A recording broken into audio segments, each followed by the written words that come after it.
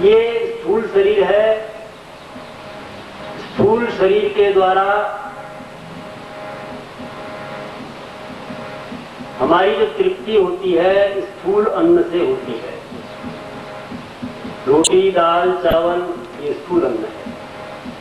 और सूक्ष्म शरीर की जो तृप्ति होती है वो सूक्ष्म शरीर की जो तृप्ति है सूक्ष्म अन्न से होती है।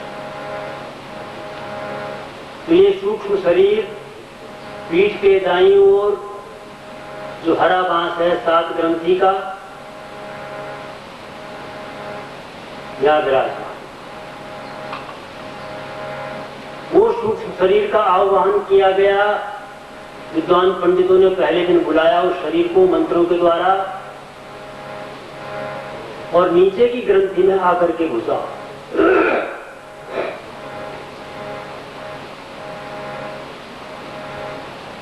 एक एक दिन के कथा श्रवण से उसको मुक्ति मिली और एक एक चक्र को भेदता हुआ आज वो 7वें चक्र पर विराजमान है। शरीर में भी इसी प्रकार से योग के अनुसार चक्र है, 6 चक्र मुख्य। उनको भेद करके फिर व्यक्ति उस तुरीय अवस्था का जो आज वर्णन है ध्यान योग के द्वारा ये बता रहे हैं महाराज परीक्षित को सुखदेव। पहला चक्र है मूलाधार। मूलाधार चक्र है, स्वादिष्ठान है, मणिपूरक चक्र है,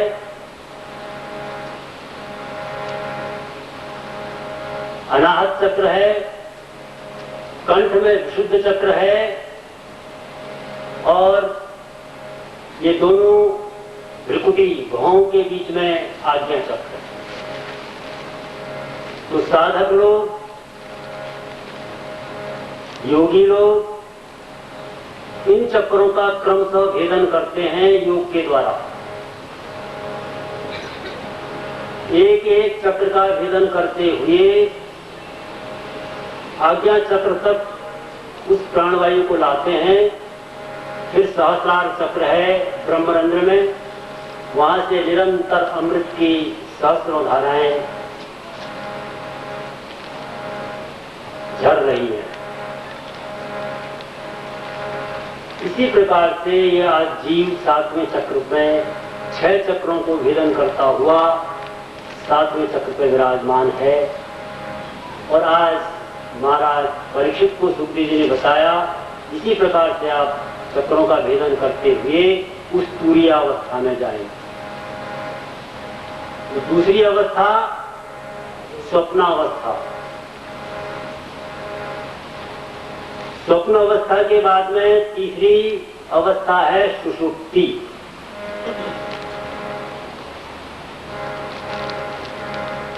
फिर सुषुप्ति में चले गया। सुषुप्ति में जाने के बाद स्वप्न नहीं होता।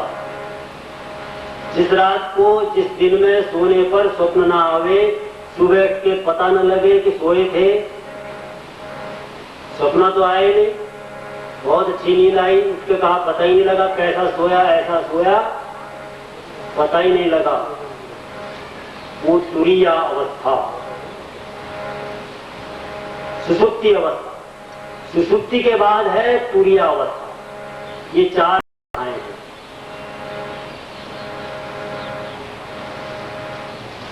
और इन 4 अवस्थाओं के साथ ये 4 शरीर जुड़े हैं जिनके कारण पहला है स्थूल शरीर,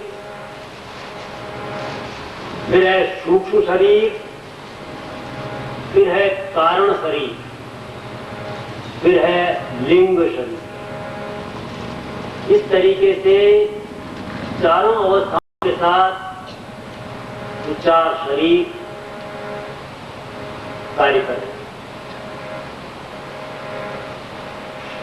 सुखदेव जी ने राजा परीक्षित को बताया आज पूरी अवस्था कैसे प्राप्त करेंगे, कैसे ध्यान लगाएंगे, कैसे आसन लगाएंगे, कैसे बैठेंगे, क्रिया योग का, कर्म योग का, इसका सारा वर्णन, सारी कथा, सारी विधि सुखदेव जी ने महाराज परीक्षित को आज 7वें दिन बताई। आज तक तो लीलाओं के द्वारा भगवान के माखन चोरी की लीला सुनाई, उलूखल की लीला सुनाई, पूतना वध की लीला सुनाई, प्रकटासुर की लीला सुनाई वध की। ये भगवान ने लीला, सारी लीलाएं इसलिए सुनाई राजा परीक्षित को कि मन चंचलम ही मन कृष्ण प्रमाथी बलवत्तरम। ये मन बड़ा चंचल है, ये टिकता नहीं एक जगह, और उसको टिकाने का साधन भगवान नाम स्मरण। जितना कीर्तन करेंगे प्रेम से, जितना भजन करेंगे, मन उतना लग जाएगा वहां। और ये ज्ञान कथा से मन भागता है, हटने लगता है। इसलिए पहले सारी कथाएं लीला तक राजा परीक्षित को श्रवण कराई सुखदेव जी ने। और अब कि आज 7वें दिन तक्षक ने आकर के डसना है, महाराज परीक्षित की मृत्यु हो जाएगी शरीर की। उसको इतना तैयार कर दिया सुखदेव जी ने कि मृत्यु से राजा परीक्षित को कोई भय नहीं लगा। पहले डर रहे थे, तभी तो राजपाट छोड़ के आए, क्या उपाय करूं मृत्यु से बचने का। लेकिन 6 दिन तक जो कथा श्रवण करी, उसका फल ये हुआ कि आज महाराज परीक्षित अपनी स्थिति में स्थित होने के लिए तैयार हैं। फिर सिद्धियों का वर्णन किया, कितनी सिद्धियां हैं ये बताया सुखदेव जी ने। 23 प्रकार की सिद्धियां बताई गई।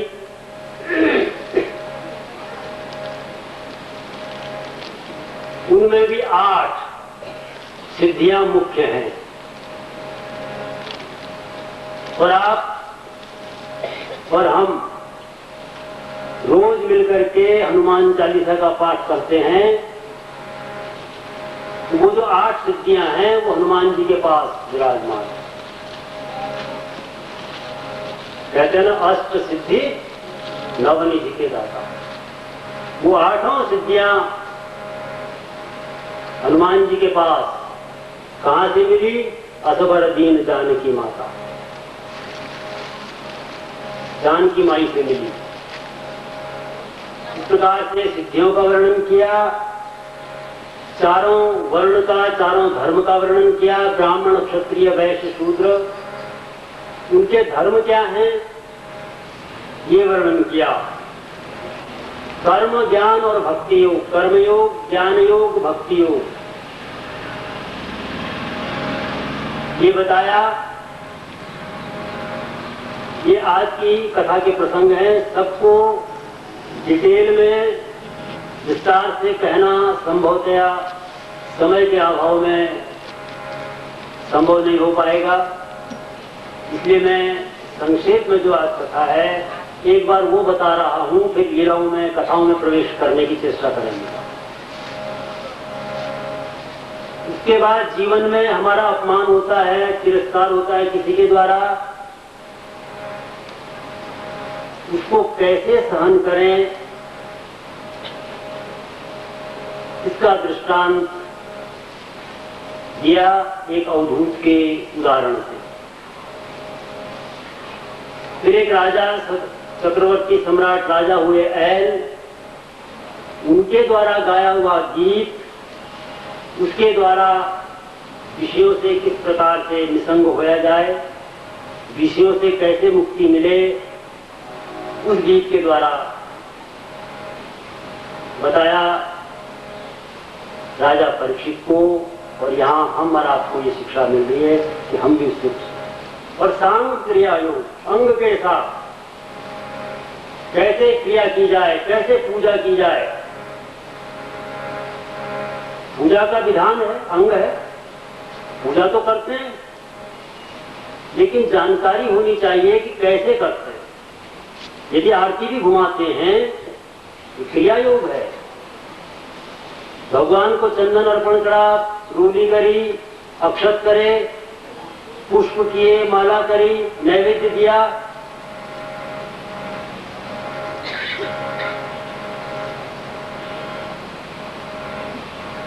अंत में आरती करी। आरती कैसे करें, विधि, ये सब क्रियायोग ये बताया। कैसे आरती, सब चीज की विधि है। बिना विधि के कार्य नहीं हो पाएगा। इस सारे साधनों में, जितने साधन हैं जगत में, उन सब साधनों में श्रेष्ठ कौन सा साधन है? भक्ति का। तो भक्ति का, योग का दोबारा से वर्णन किया, दोबारा समझाया गया राजा परीक्षित को। और फिर भगवान की इच्छा से यदुवंश का संहार हुआ। भगवान ने द्वारिका में जो यादव वंश था, द्वारिका को समुद्र में डुबो दिया और अपने ही वंश का संहार करवाया। ये कथा श्रवण कराई। और उसके बाद में भगवान सशरीर, इसी शरीर से उनका गोलोक धाम गमन हुआ। ये 11वें स्कंद तक की कथा है श्रीमद् भागवत के। श्रीमद् भागवत में 12 स्कंद हैं।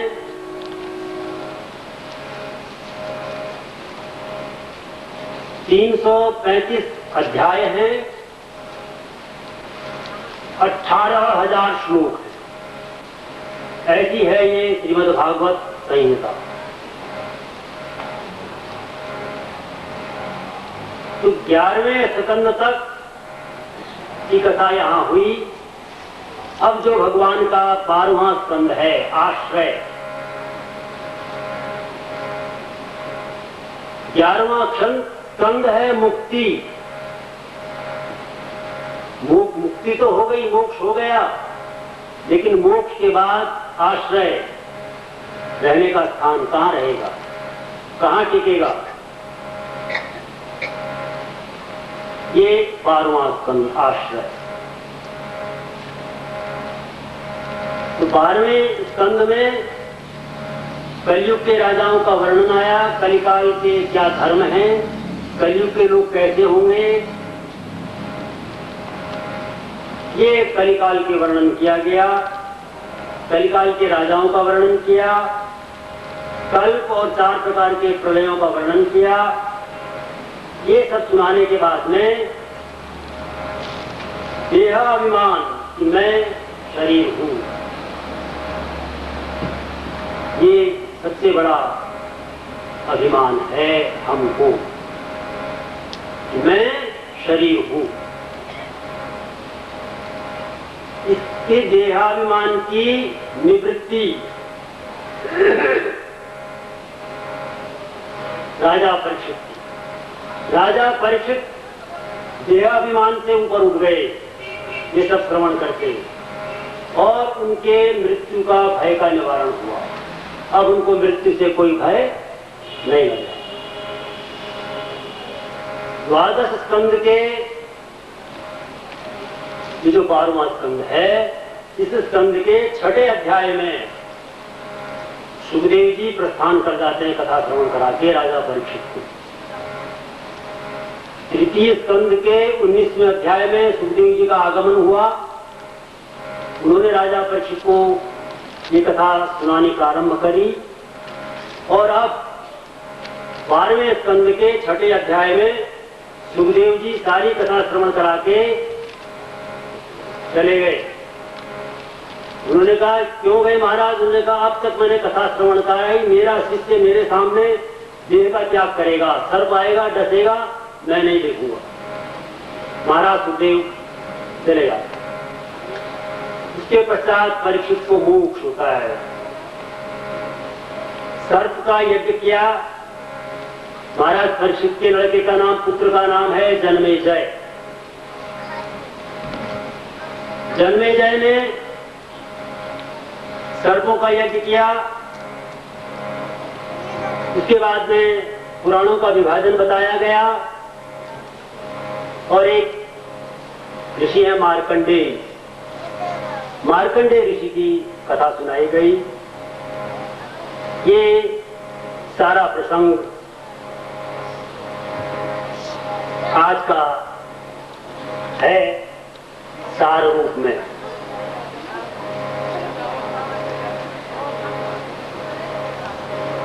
कहने को मन होता है बहुत कहें, क्योंकि यहाँ बैठ करके आनंद आता है, इसलिए इच्छा होती है कि एक एक वस्तु जिसका आनंद हम लेते हैं कि आप भी लेवें। एक विशेष बात है आनंद में और सुख में। सुख तो व्यक्ति अकेले ही भोगना चाहता है, सुख दे। लेकिन जो व्यक्ति आनंदित होता है, आनंद बिल्कुल अलग वस्तु है सुख के अलावा। सुख आनंद नहीं है। सुख तो बाह्य साधनों से मिल सकता है। गाड़ी नहीं है, गाड़ी मिल गई, कुछ देर के लिए सुख हो गया। बढ़िया भवन नहीं है, भवन बन गया, कुछ देर के लिए सुख हो गया, फिर वही दुख का कारण बन जाते हैं। लेकिन आनंद, आनंद की धारा सतत बहती है। आनंद का जो स्रोत है वो भीतर है। सुख बाहर से लाया जाता है भीतर। सुख को हम बाहर से लाते हैं। तो जो भी वस्तु बाहर से लाई जाएगी वो सुख ज्यादा देर नहीं टिकेगी, गदला हो जाएगा, गंदा। और आनंद भीतर से स्रोत है, ओरिजिन। आप कुआं खोदें तो कुएं में यदि आपने ऊपर का एक तालाब बनाया, घर में जो मकान बनाते हैं लोग छोटा तालाब बनवाते हैं, उसमें पानी बाहर से ला करके डालते हैं,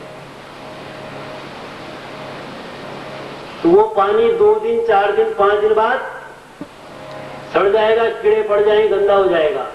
लेकिन कुएं का पानी, जहां कुआं खुदा है, क्योंकि स्रोत तो नीचे है, उस स्रोत से जल आ रहा है। ऐसे ही आनंद है, भीतर से आता है। और जो भीतर से आता है वो नित्य नूतन होता है। और जब स्वयं आनंदित होगा तो वो लोगों को बांटना चाहता है। जो भी आनंद हो, एक चीज आप ख्याल करना,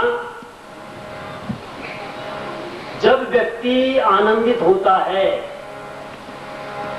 तो चाहता है मेरे इष्ट मित्र सब परिवार वाले आए और मेरे उस खुशी में, मेरी प्रसन्नता में सम्मिलित हुए। लेकिन जब व्यक्ति कभी दुखी होता है, आपने ख्याल किया होगा, वो जो दुख होता है उस समय व्यक्ति कहता है मुझे अकेले छोड़ दो कमरे में। कोई चाहता है बाहर जाओ, मुझे अकेले छोड़ो। दुख में व्यक्ति अकेले एकांतवास चाहता है और आनंदित होता है तो बांटना चाहता है। वैज्ञानिक तथ्य है। वो आनंद अंदर स्रोत है उसका, सूखता नहीं। बाहर से लाया गया जल सूख जाएगा। मानस कह रही है सरित मूल जिन्ह सरिता न नाही,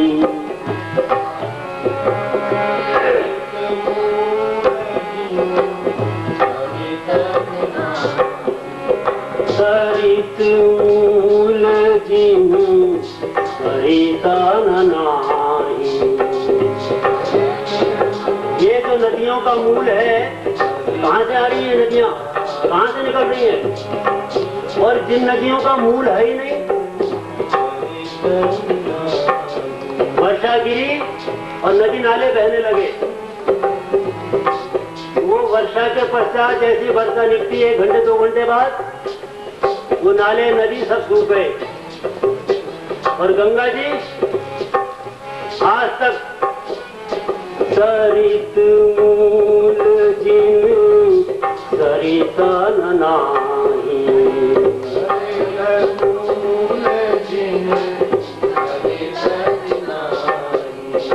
जिनका सरिताओं का जिन नदियों का मूल नहीं है, क्या होगा?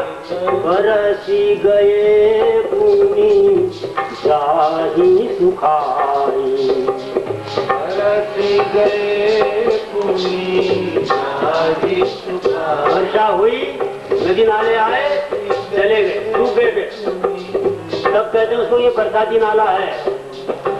सरित मूल जिन सरिता नाही,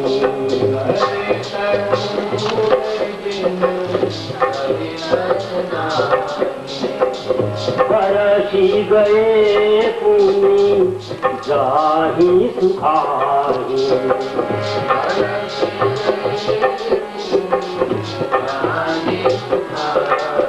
वर्षा हुई, सूख गए। तो आनंद का स्रोत भीतर है, तो यहाँ तो सजल मूल, वो स्रोत कभी सूखता ही नहीं, आनंद जिसके अंदर आ गया, परमात्मा की कृपा से बरसता है। और आनंदित व्यक्ति चाहता है कि मैं भी आनंद बांटूं। एक फूल खिलता है, कितना आनंदित होता है, कभी विचार किया हमने? भगवान ने कहा मद रचनानुचिंतये, मेरी रचना का चिंतन कर। यही तो भगवान की रचना का चिंतन है। परमात्मा एक फूल खिला रहा है और वो फूल खिला सुगंध बांट रहा है। ये नहीं कि यहाँ नहीं देना, वहां सुगंध बहेगी। रात की रानी कहीं खिल रही तो पूरे मोहल्ले में सुगंध। ये है आनंद। तो आनंदित व्यक्ति चाहता है कि मैं बांटूं, फूंक। तो इस कथा से आनंद बरसेगा, तो आप भी और हम भी सब चाहेंगे कि और पड़ोसी को बुलाओ, भाई आओ, आनंद आ रहा है, चलो। ये आनंद की वर्षा महाराज परीक्षित को सुखदेव जी ने करी और सुखदेव जी निर्गुण में स्थित थे, उनकी भी इधर रुचि हुई और राजा परीक्षित को ज्ञानोपदेश दिया, मृत्यु के भय से मुक्त किया। इस प्रकार से हम अब कथा में प्रवेश करें। एक बात और आपको बता दूं, अंतिम जो है तो सोचता हूँ कई, मुझे आता कुछ नहीं, लेकिन इस समय भगवान की कृपा से कहां से आता है मुझे नहीं पता। जब मैं नीचे उतरूं मुझे कुछ नहीं आता, मैं हाथ जोड़ के फिर आपसे सबसे निवेदन कर रहा हूं। लेकिन यहाँ इस पीठ की महिमा, वो क्या क्या कहला रहे हैं कोई जाने ठाकुर। हम पूजा में सती जी ने कई बार पूछा, महाराज जी ये पीठ का मुंह किधर करें, हम किधर बैठे, उनसे पूछते थे। मैंने कहा हमारे विद्वान ब्राह्मण वहां हैं, जो कहें जैसा कहें, सर्वज्ञ हैं।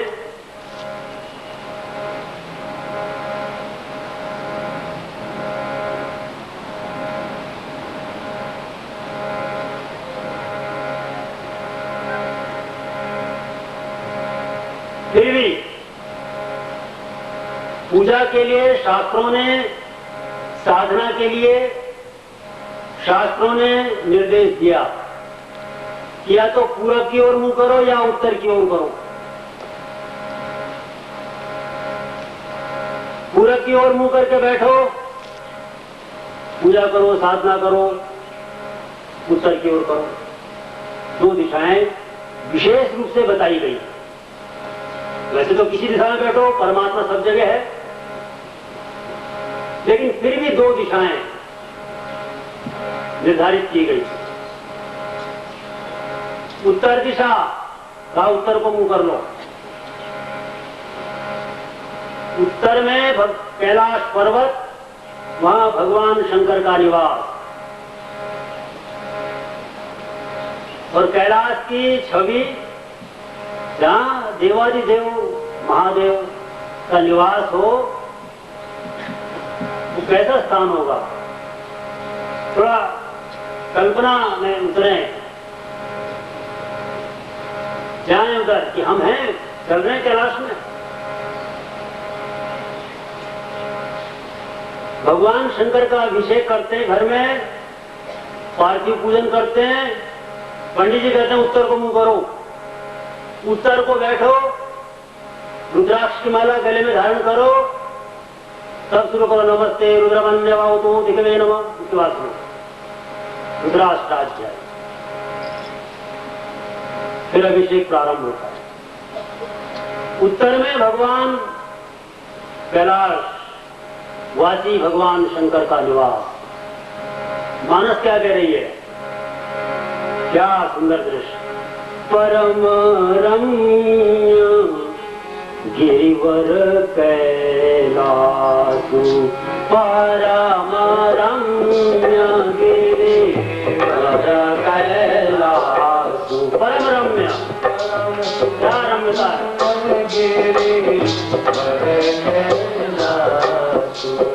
परम रम्य गिरिवर कैलासु,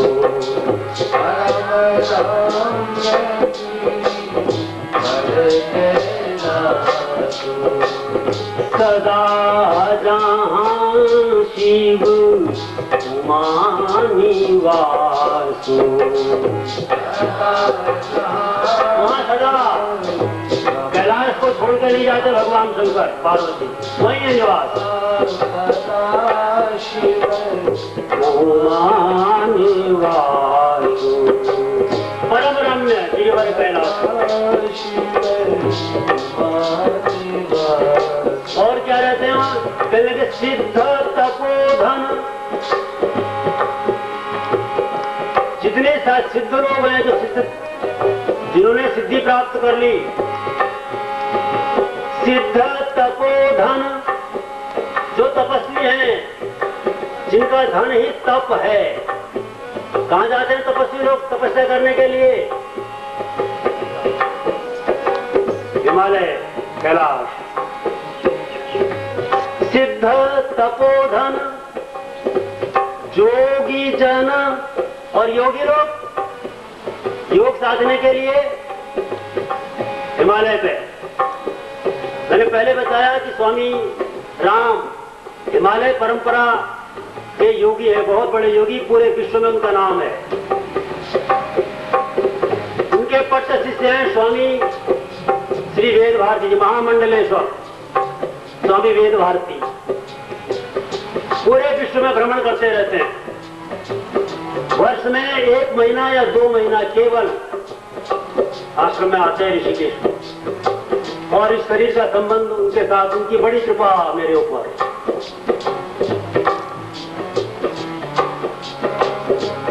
तो वो सिद्ध तपोधन योगी जन,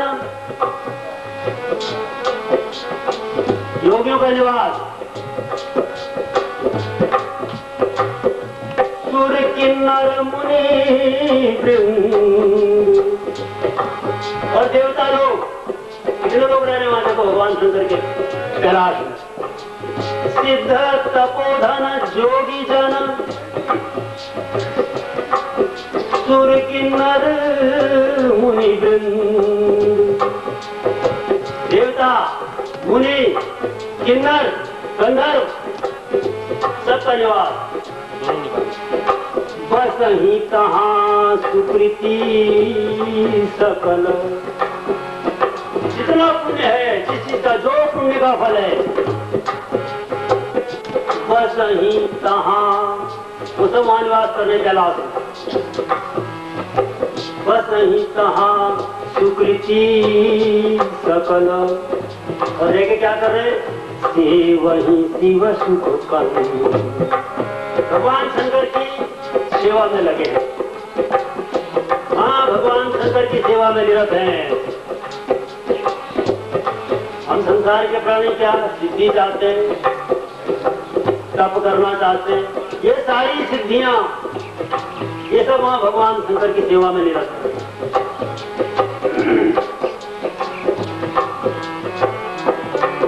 और वहाँ कौन जाएगा? हरिहर विमुख धर्म राति नारी। हरि और हर भगवान कृष्ण, भगवान राम, भगवान शंकर, उनसे जिसका प्रेम न हो, हरिहर धर्म, हरिहर विमुख धर्म राति नाहि। हरिहर विमुख धर्म राति नाहि। नर सपने हूँ कहाँ नहीं जाए। जागृत तो क्या कहो, स्वप्न में भी नहीं जाएगा वहाँ। नर सपने हूँ कहाँ नहीं जाए।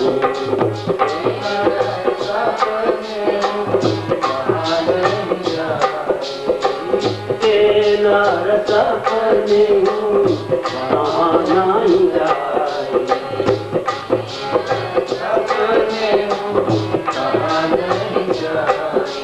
उत्तर दिशा, अरे जहाँ इतनी सुकृतियाँ, इतना पुण्य, जो भगवान शंकर की सेवा में लगे हो, तो हमें शास्त्रों ने निर्देश दिया उत्तर को मुंह करके बैठो। सामने रहेंगे भगवान के तो शक्तिपात होगा, चित्त की वृत्ति वहां जाएगी, हमारी साधना पूर्ण होगी, उसका फल मिलेगा। इसलिए उत्तर दिशा को प्रशस्त कहा। आप वहां बैठ के पूजा करो, उत्तर दिशा में मुंह करो। और दूसरा निर्देश दिया कि पूरब की ओर मुंह करके बैठो साधना में। क्यों करें? बंदं कौसल्यादि प्राची। ये पूर्व दिशा कौन है? बंदं कौसल्यादि प्राची। भगवान राम का प्राकट्य कौशल्या माता से हुआ, तो कौशल्या माता को कहा पूर्व दिशा।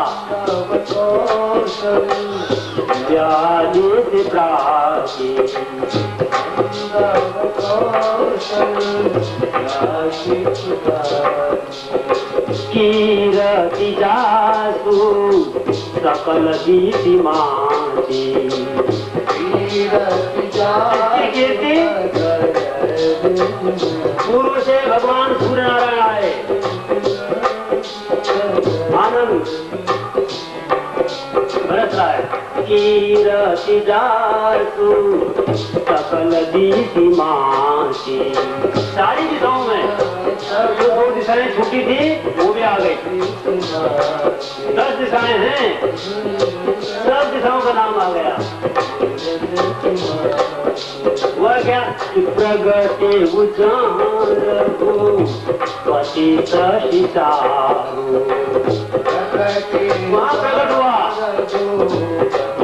भगवान श्री रामचंद्र। प्रगटे रघुपति सीतारू।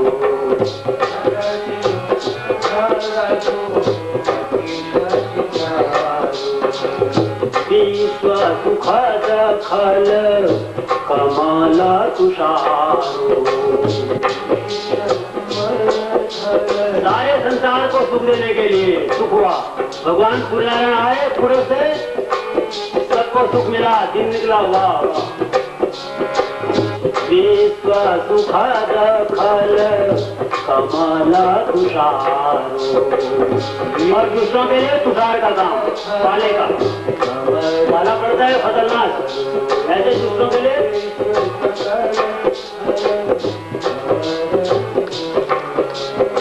ये कथही स्नेहा समेता।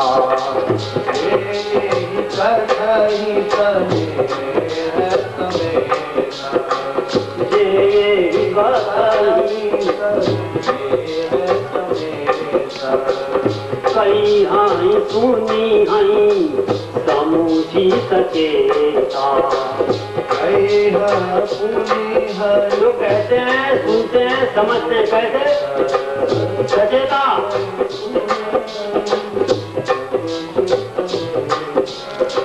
महाराज भगवान कहा जाओ, भगवान राम चले गए, वनवास हो गया, उनको लाओ बुला करके। नहीं आए। नगरवासियों ने, माताओं ने, सबने प्रार्थना करी कि आप राजगद्दी, राज सिंहासन संभाल लो। वो तो 14 साल के बाद आएंगे राज सिंहासन पर, तब तक आप बैठें। गुरुदेव ने भी कहा, आज्ञा दी, मेरी आज्ञा है, बैठो राज सिंहासन पर।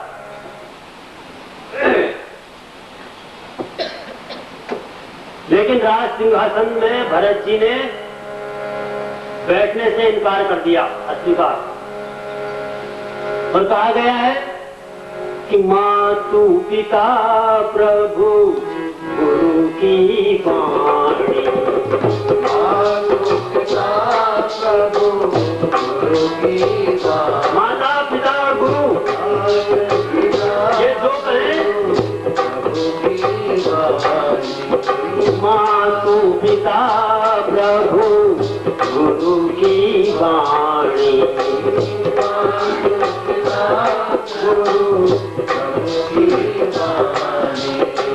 बिना ही विचार करिय शुभ जानी,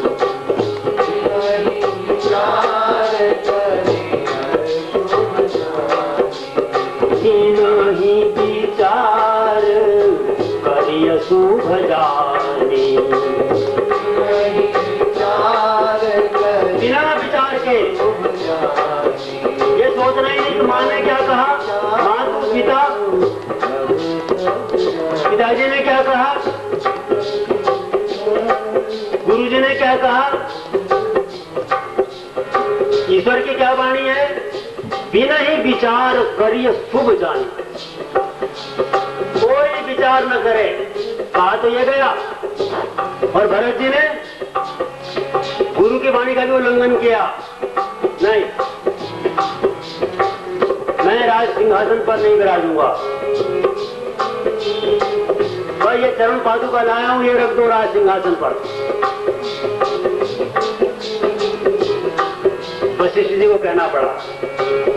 सब देख करके महाराज भरत को गुरुदेव वशिष्ठ क्या कह रहे, देखिए।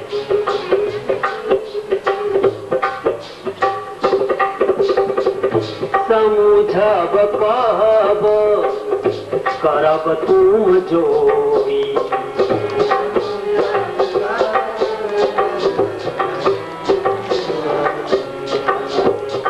समुझब कहब करब तुम जोई।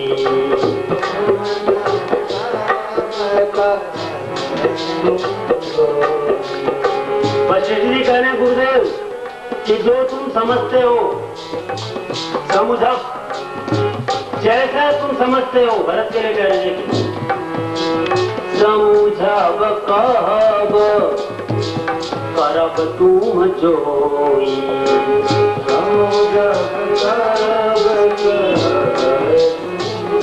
तुम जैसा समझते हो, जो समझते हो, जैसा तुम कहते हो, जो तुम कहोगे, जो तुमने समझा और जो तुम करते हो, जो कर रहे हो।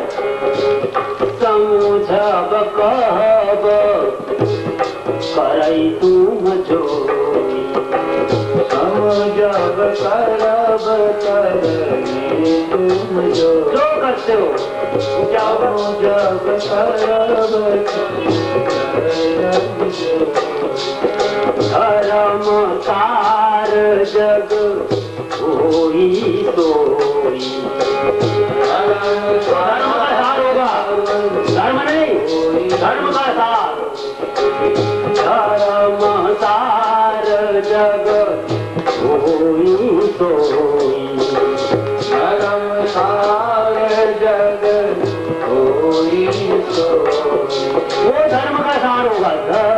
सार जग होई सो धर्म सार जग होई सो। वो धर्म का सार होगा, धर्म नहीं। धर्म सार जग होई सो। धर्म सार जग होई सो। वो धर्म का सार।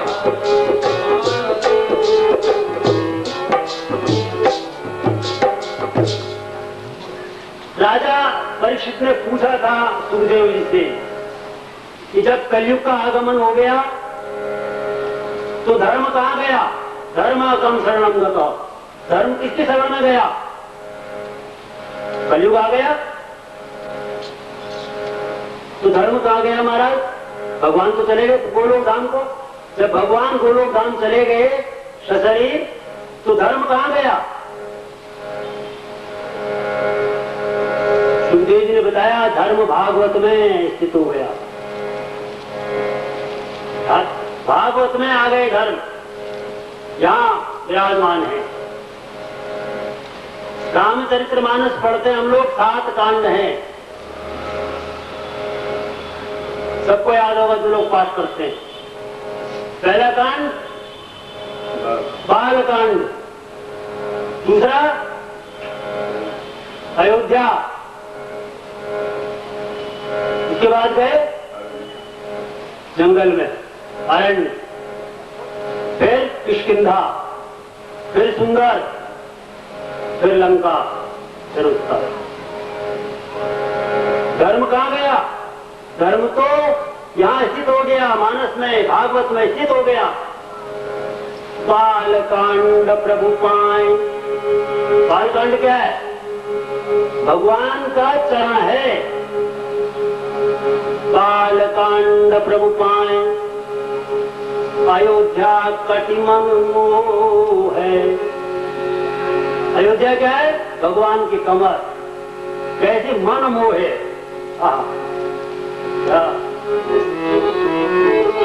बालकांड प्रभु पाए अयोध्या कटिमन मोह है। उधर बंध्यो आरण्य, पेट में सारा जंगल। अरण्य कांड में गए भगवान, सारा वन उधर में विराजमान। उधर बंध्यो आरण्य, ये भगवान का वांगमय शरीर। रामचरितमानस से किताब उठा के ऐसे मत पढ़ो। अगर समझ लोगे कि भगवान का शरीर है तो हमको लगेगा उनके चरण में चोट ना लगे, मस्तक में चोट ना लगे। वो भाव मिच्छन्ति देवता, भाव आना चाहिए। उदर बंध्यो आरण्य और किष्किंधा उर्सो है। किष्किंधा पर्वत भगवान का वक्षस्थल, गुरु। किष्किंधा उर्सो है।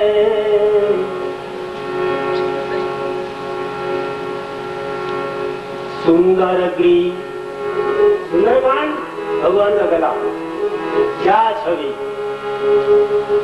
सुंदरकांड भगवान का गला, सुंदरगिरी और मुख। अरे मुखारविंद लंका कही गायो। मुखारविंद क्या है? लंका। मुखारविंद लंका कही गायो। रावण आदि निशाचर जा में समायो। जितने राक्षस ताड़का से लेकर के प्रारंभ हुए थे, सब के सब कहां गए? मुख में। और मस्तक, उत्तर मस्तक मान हरि। भगवान का मस्तक है, सिर है, उत्तरकांड। यही विधि तुलसी दास भन। इस प्रकार से तुलसी ने बताया हमें, ये भगवान का शरीर है। धर्म कहाँ गया? इनमें आके स्थापित हो गया। ये वाहन हैं भगवान के, धर्म के, जिनमें आके चल रहे हैं। तो यहाँ हमारी बुद्धि वांगमय होनी चाहिए। यहाँ भी 12 स्कंद हैं। पहला स्कंद भगवान का दायां चरण, दूसरा स्कंद बायां चरण, वही प्रक्रिया भागवत में भी। 3 बज गया, मुझे समय का बड़ा ध्यान रखना पड़ता है। तो आज ध्यान रखेंगे, कल से जयराम जी आज इतना समय दे दो। और भक्ति की क्या स्थिति होती है? सूख तो रहा था, आगे बढ़ू। भक्त जो होता है, अपना कोई प्रेमी आ रहा हो, उसकी स्थिति क्या होती है? अगर वो स्थिति देखनी है तो अरण्यकांड में जाओ। अगस्त ऋषि के शिष्य हैं सुतीक्षण जी, उनका दर्शन कर लो। लोक व्यवहार में भी जब हमारा कोई निकटतम मित्र आता है तो बार बार पूछे चल दिए। जिस दिन मैं वहां से आया, सती जी ने पहले कहा भाई बैठ गए, यहीं पे नहीं बैठे, कब चलोगे? और वहां से यहाँ आते तक 50 दफे, अब मोबाइल का जमाना आ गया ना इसलिए, लेकिन उस समय क्या स्थिति थी? 50 दफे सती जी ने पूछा कहाँ पहुंचे, कैसे हो, कैसे आ रहे हो? क्यों पूछा? प्रेम, स्नेह के कारण, वैसे नहीं। वो जो अपना प्रेमी कोई आता है, उसकी आगमन की क्या प्रतीक्षा होती है? सुतीक्षण जी ने पूछी, देखे जाए। मुनि अगस्ती कर शिष्य सुजाना, मुनि अगस्ती कर शिष्य सुजाना, नाम सुतीक्षण रति भगवान। नाम सुतीक्षण रति भगवान। भगवान के चरणों में प्रेम है, कब से साधना कर रहा है, और पता लग गया कि भगवान नाम वन में आए और आजकल गंधकारण्य में प्रवेश हो गया, उनको अंदर आ गए। कहते थे मन क्रम वचन राम पद सेवक, मन क्रम वचन राम पद सेवक, सपने हुमान भरोसन देवक, भरोसन देवक, प्रभु आगवन सोनी पावा। सुना क्या है भगवान? ऐसा तो सुना ही था। क्या हुआ? करत मनोरथ आकुर धावा। इच्छा कर रहा है, अरे भगवान तो कभी इधर जाओगे, कभी इधर जाओ, कभी इधर जाओगे, मन तो लग रहा वहां वो आई। और फिर शंका भी कर रहे हैं, सोच रहे हैं, हे विधि दीन बंधु रघुराया, हे विधि दीन बंधु रघुराया, हे विधि दीन बंधु रघुराया, हे विधि दीन बंधु रघुराया। अरे मोह से कठ पर करी हाई दाया, मेरे जैसे दुष्ट पर कृपा करेंगे भगवान।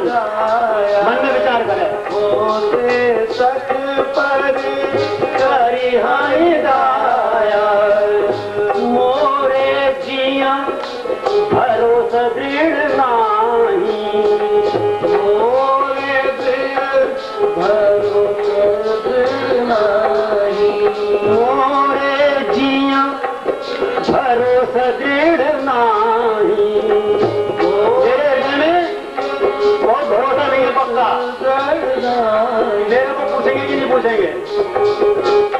भगति विरति न ज्ञान मन माय। न भक्ति है, न विरति है, न ज्ञान है, कुछ भी नहीं है। क्या आएंगे भगवान? ये मनोरथ कर रहा है, करे तो मनोरथ आविर्भाव। और क्या नहीं सतसंग जोग जप जागा। नहीं सत्संग न सत्संग है, न योग है, न जप है, जप भी नहीं करता। नहीं सत्संग योग नहीं जागा। नहीं सतसंग जोग जप जागा। नहीं सत्संग योग जप जागा। नहीं दृढ़ चरण कमल अनुरागा। नहीं दृढ़ चरण कमल अनुराग। मेरी दृढ़ता भी तो नहीं है उनके चरण कमलों में। दृढ़ चरण अनुराग। फिर भी कह रहे हैं क्या? कोई है सुफल, कोई है सुफल आज मामलोचन। कोई है सुफल आज मेरे नेत्र सफल हो जाएंगे, आज मेरे नेत्र धन्य होंगे।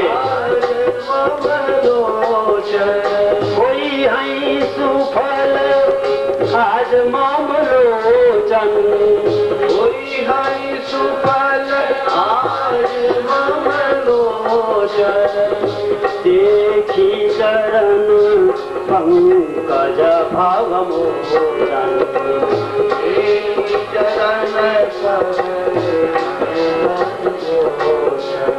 देखी वदन पंकज भाव मोचन। भगवान के मुख का दर्शन करूंगा, उनके चरणों का दर्शन करूंगा। वही है सुफल आज मगन। मेरे नेत्र धन्य हुए भगवान के। कहते हैं निर्भर प्रेम मगन मुनि ज्ञानी।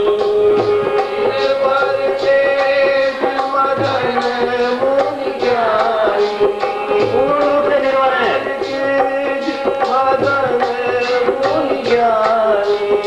निर्भर प्रेम मगन मुनि ज्ञानी।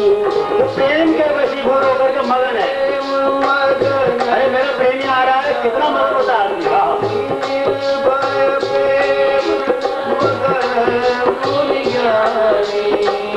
कहीं ना जाई सो दशा भवानी। भगवान शंकर सुना रहे पार्वती को। उस दशा का वर्णन नहीं कर सकता मैं। कहीं ना जाई सो दशा भवानी।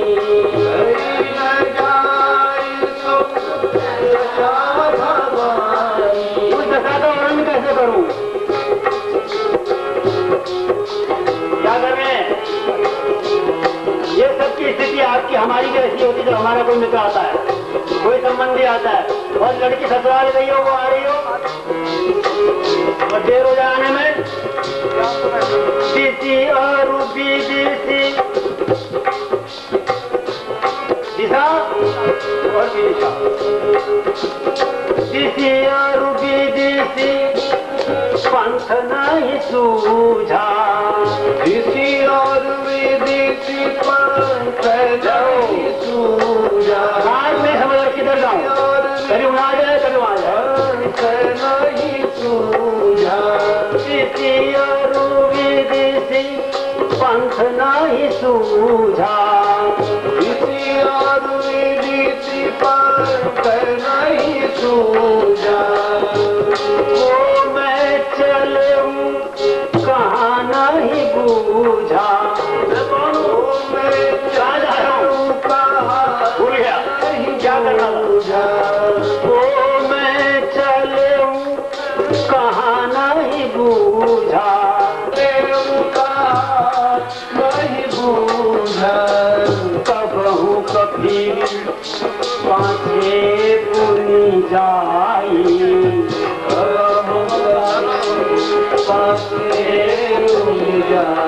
आगे तक फिर लौट जाए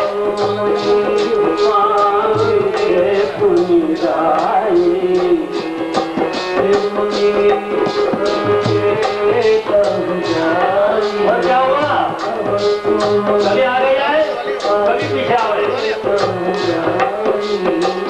कबहू कफीरी पाछे पुनि जाए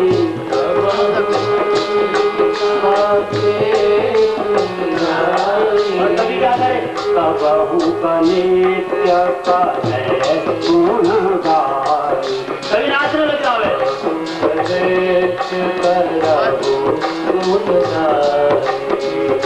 कबहू कनित्य करे गुण गाए भगवान के गुणगान कर रहा है और नाच रहा है ये होते भक्ति के लक्षण